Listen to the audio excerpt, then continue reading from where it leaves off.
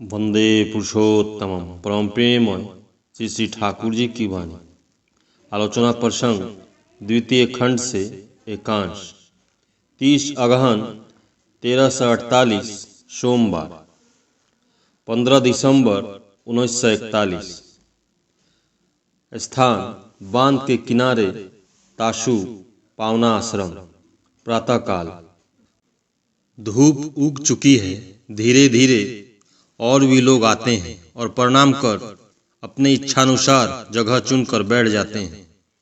एक ओर एक माँ अपनी आसनी बिछाकर बैठ गई है। श्री ठाकुर की दृष्टि उस ओर जा पड़ी और वे बोले, बेढंग तरीके से तुम आसन क्यों बिछा रखी हो? सुंदर ढंग से बिछानी चाहिए। हर कार्य में सौंदर्य बोध, श्रृंखला बोध की आवश्यकता है। मामूली काम में भी यदि श्रृंखल ढंग से रहे तो वह अभ्यास दूसरे कामों में भी बना रहेगा। इसलिए वह अच्छा नहीं है। तुम एक माँ हो, तुम्हें देखकर ही तुम्हारे बच्चे सीखेंगे। तुम लोगों को खूब होशियार होना चाहिए।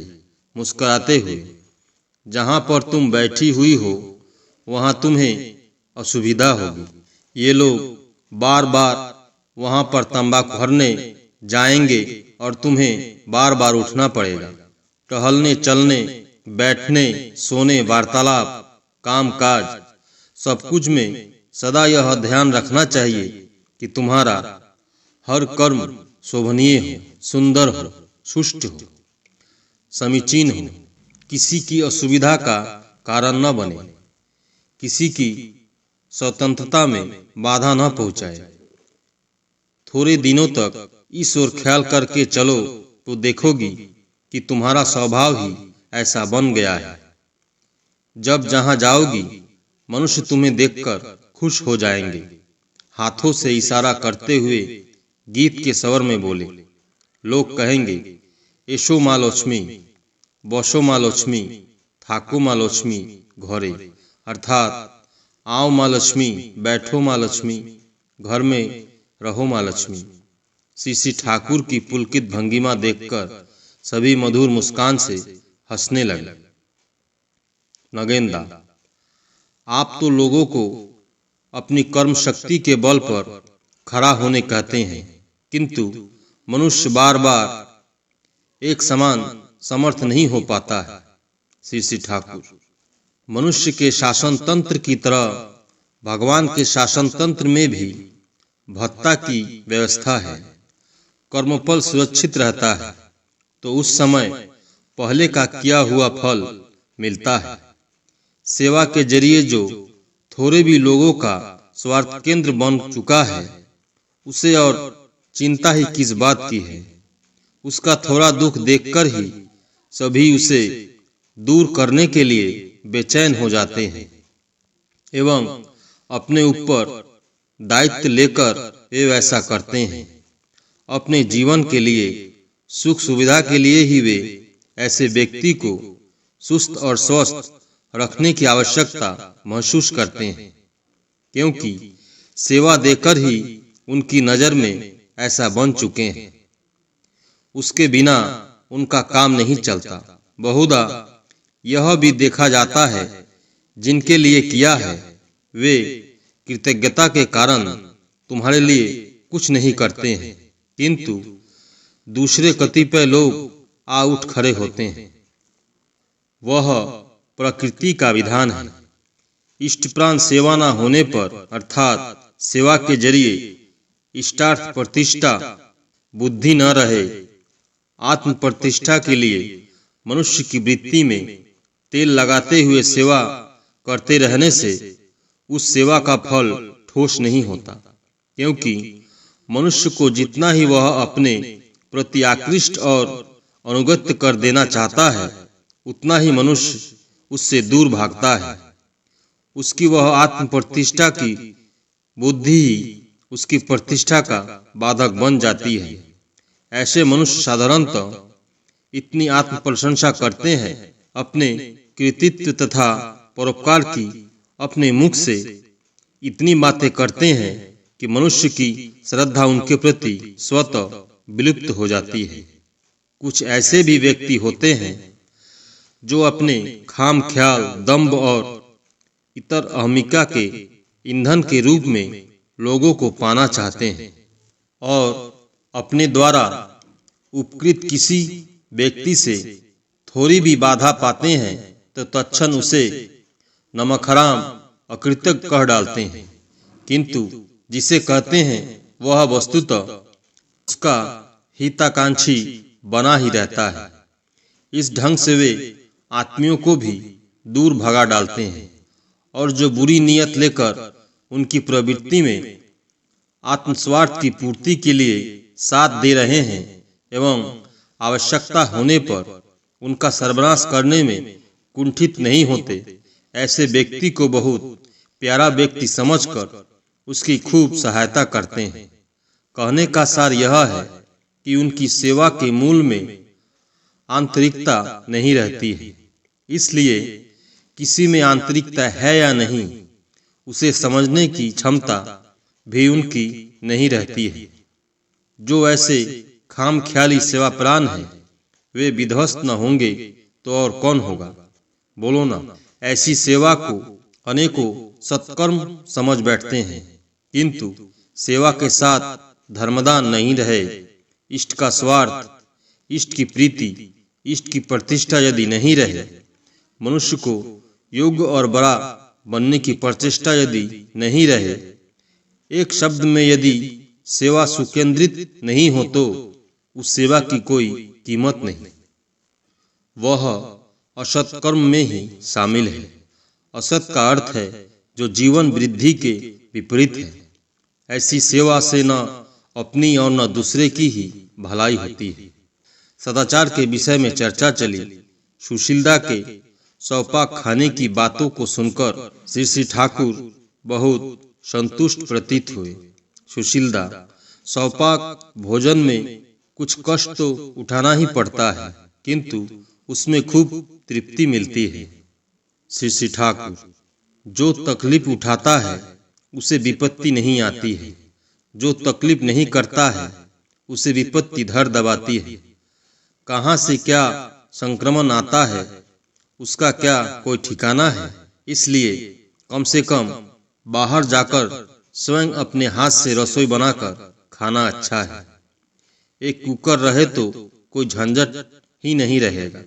चढ़ाकर बाहर भी जा सकते हैं और लौटने पर गरम गरम भोजन भी खा सकते हैं। समय भी बर्बाद नहीं हुआ और कोई असुविधा भी नहीं हुई। अनेकों कुकर में भोजन की सामग्री रखकर चढ़ाना भी कठिन काम समझते हैं। अभ्यास नहीं रहने के फलस्वरूप वैसा समझते हैं। कहने का मतलब यह है कि जो हमें करना है वह अति सहज है। पहले के कर्म तथा अभ्यास हमारे बाधक बने हुए हैं, इसलिए कठिन प्रतीत होता है। चेष्टा करके नया अभ्यास बनाकर उन्हें अतिक्रम करना होगा, दूर करना होगा। वास्तविक रूप से थोड़ा थोड़ा काम करने का अभ्यास रहना अच्छा है। उसमें स्नायु, पेशी इत्यादि नियंत्रित होते हैं। दूसरों की सहायता पर निर्भर रहने के बजाय स्वयं चलने का अभ्यास धीरे धीरे बन जाता है। दूसरों को भी प्रतिकूल समय में सहायता और सेवा भी की जा सकती है। बहुत ऐसे हैं जो आवश्यकता होने पर एक स्टोव जलाकर भी रोगी के लिए बार्ली नहीं बना सकते, जबकि वे बहुत शिक्षित हैं। पर उसी व्यक्ति को मैं शिक्षित समझता हूँ जो काम करने के काबिल है, यानी जो नाना परिस्थिति और परिवेश में रहकर भी अपने को उपयोगी तथा संवर्धनी तरीके से नियंत्रित करते हैं और उसी ढंग से जहाँ जैसा प्रयोजन है वहाँ परिवेश और परिस्थिति को नियंत्रित कर सकते हैं। इसलिए मैं नित्य वेदाभ्यास की बातें करता हूँ। वेदाभ्यास का अर्थ है सिर्फ पुस्तक पढ़ना नहीं है, बल्कि जानने का अभ्यास एवं वर्तमान प्रयोजनीय कामों को अभ्यास में आयत्त करना भी वेदाभ्यास है। वह कर्म वेदाभ्यास के अंतर्गत है। बातचीत के सिलसिले में नगेंदा ने कहा, सुशीलदा ने अपने व्यवहार द्वारा मुझे जितना किया। सीसी ठाकुर हंसते हुए, क्या आप जीते हुए हैं? मैंने जिस प्रकार आप लोगों को जीता किया है उसी प्रकार सुशीलदा ने किया है। आप लोग खुश हुए हैं। यहाँ तक तो करने पर अभ्यास, व्यवहार, आग्रह बदल जाते हैं। जिस चीज में आग लग जाती है वही आग बन जाती है। तत्पश्चात सीसी ठाकुर शौचालय गए। बाद में आकर मातृ मंदिर में बैठे। दोखल परमानिक गांव का एक वृद्ध मुसलमान को देखकर सीसी ठाकुर उल्लसित हो बोले, परमानिक कैसे हो? आओ आओ, तुम्हें तो देखता ही नहीं हूं। दोखल, क्या कहूँ ठाकुर, काम काज में व्यस्त रहता हूँ, समय नहीं मिलता है। सीसी ठाकुर, तुम बूढ़े हो चले हो और इतना काम करने से क्या होगा? यहाँ आओगे, गपशप करोगे, अड्डा मारोगे, तुम समझते नहीं। तुम आते हो तो मुझे बहुत अच्छा लगता है। सुख दुख की बातें की जा सकती है। दोखल के बदन पर एक गंजी है, पूरे शरीर पर कपड़ा भी नहीं था। बूढ़ा व्यक्ति है, ठंडक से कांप रहा है। सीसी ठाकुर, क्या तुम्हें चादर नहीं है? दोखल, चादर कहाँ पाऊंगा? सीसी ठाकुर, मुझसे क्यों नहीं कहते? हरेन भद्र को बुलाओ। हरिंदा को बुलाया गया। हरिंदा के आते ही सीसी ठाकुर ने कहा, परमानिक के लिए एक अच्छी चादर लेते आओ, अच्छी तरह देख सुनकर लाओगे।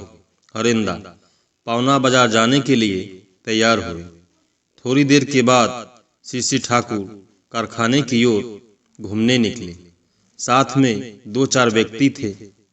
इंदू मिस्त्री एक कुर्सी बना रहे थे। कुर्सी को देखकर सीसी ठाकुर ने कहा, मुठ ऊंचा हुआ है, यदि पीछे वाला हिस्सा को थोड़ा तिरछा कर दो तो उठंगने पर आराम मिलेगा। सुंदर ढंग से बनाओ, अच्छी तरह घसोगे और पालिश करोगे तो तुम्हारी कुर्सी को देख वह तुम्हारी प्रशंसा किए बिना नहीं रह सकेंगे। इंदू मिस्त्री खुश हो और भी जोरों से काम में लग गए। सीसी ठाकुर वहां से लौटे। रास्ते के निकट एक माँ का घर है। उसके घर के निकट से जाते समय बोले, क्योरी, राख यहाँ पर क्यों फेंक रही हो? वहां से तो हर व्यक्ति के पैरों के साथ वह तुम्हारे घर में पुनः आएगी। रात की बेला में जो भी अंधकार में उस पथ से चलेंगे उन्हें दिक्कत होगी, वहां से हटाओ। माँ लज्जित होकर जल्दी जल्दी राख को हटाने लगी। सीसी ठाकुर खेपूदा के बरामदे पर आकर बैठे। सीसी ठाकुर ने कानू को बुलाकर पूछा, पढ़ाई लिखाई कैसी चल रही है? कानू, अच्छी चल रही है। सीसी ठाकुर, खूब अच्छी तरह पढ़ो, फर्स्ट डिवीजन में पास करना चाहिए। डाक आने के बाद भवानीदा ने कतिपय चिट्ठियां सीसी ठाकुर को दिखाई।